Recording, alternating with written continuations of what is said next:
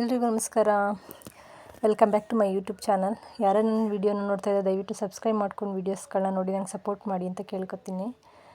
ನಾವು ದಿಢೀರಂತ ಧರ್ಮಸ್ಥಳ ಹೊರಟ್ವಿ. ತುಂಬ ಟೈಮ್ ಹಿಂದೆಯೇ ಅಂದ್ಕೊಂಡಿದ್ವಿ ಹೋಗಬೇಕು ಅಂತ ಹೇಳ್ಬಿಟ್ಟು, ಬಟ್ ಆಗಿರಲಿಲ್ಲ. ಯಾಕೆಂದರೆ ಮದುವೆ ಫಂಕ್ಷನ್ಸ್ಗಳು, ಮನೇಲೇನೋ ಅವು ಇವು ಪೂಜೆಗಳು ಅಂತೆಲ್ಲ ಇತ್ತು ಅಂದ್ಬಿಟ್ಟು ಹೋಗೋಕ್ಕಾಗಿರಲಿಲ್ಲ. ಹಾಗಾಗಿ ಹೊರಟ್ವಿ ನಾವು. ಬಾಗಲಕೋಟೆಯಿಂದ ನಮಗೆ ಬಸ್ ಸಿಕ್ತು. ಅವರಿಗೆ ಹಿಂದೆ, ನನಗೆ ಮುಂದೆ ಸೀಟ್ ಸಿಕ್ತು.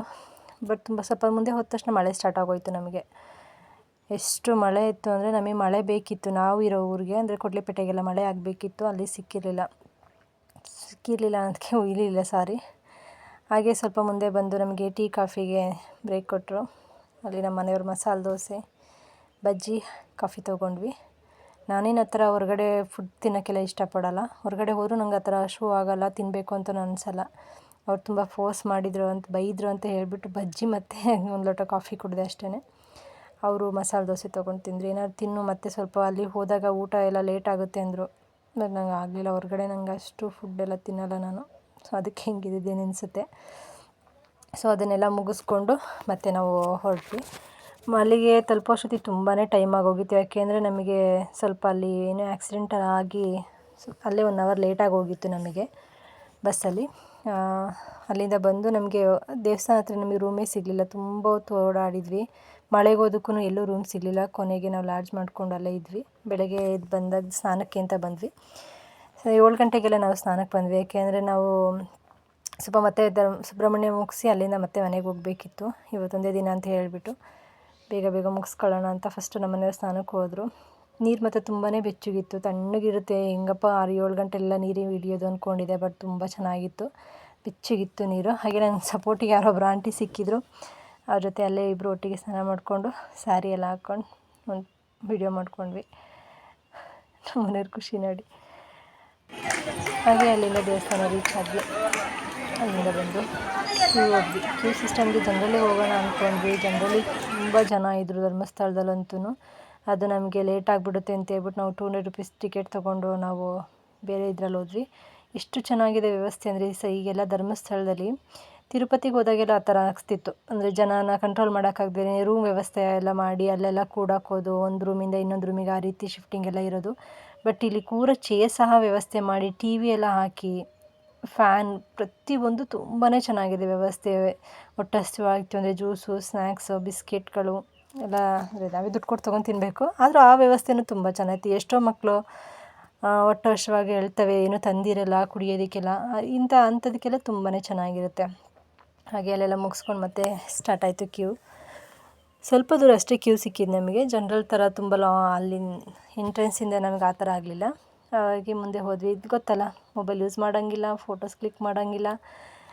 ನೆಕ್ಸ್ಟ್ ಅಲ್ಲಿಂದ ದರ್ಶನ ಎಲ್ಲ ಮುಗಿಸ್ಕೊಂಡು ಬರೋವರೆಗೂ ನಾನು ಫೋನ್ ಯೂಸ್ ಮಾಡಲಿಲ್ಲ. ಅಲ್ಲೆಲ್ಲ ತುಂಬ ಜನ ಇದ್ದರು ಮಾತ್ರ ಧರ್ಮಸ್ಥಳದಲ್ಲಿ.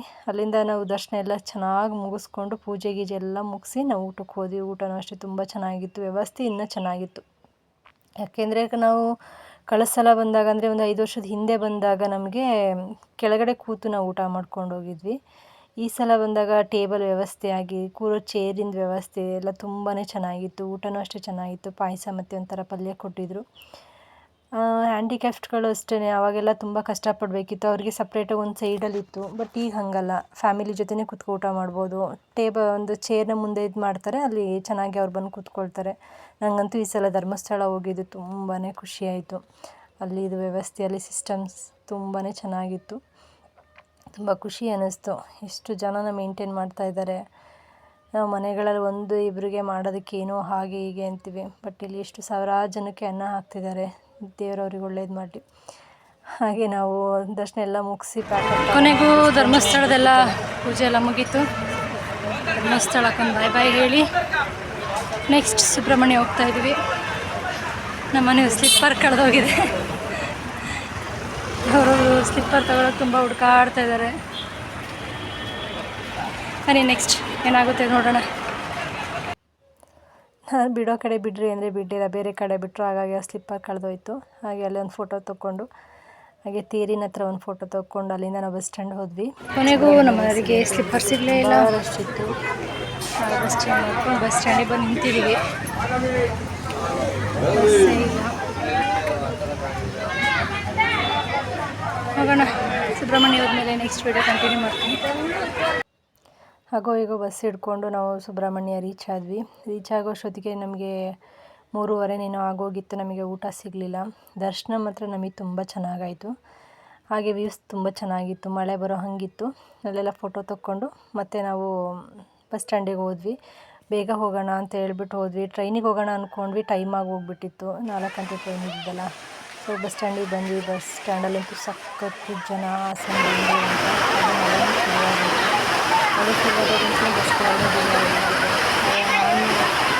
ನಾವು ಹೋಗಬೇಕಾಗಿದ್ದ ಬಸ್ ಹಾಸನ ಬಸ್ ಆದ್ರೂ ನಮಗೆ ಹಾಸನ ಬಸ್ ಬರಲೇ ಇಲ್ಲ. ಕೊನೆಗೆ ಬೆಂಗಳೂರು ಬಸ್ ಸಿಕ್ತು.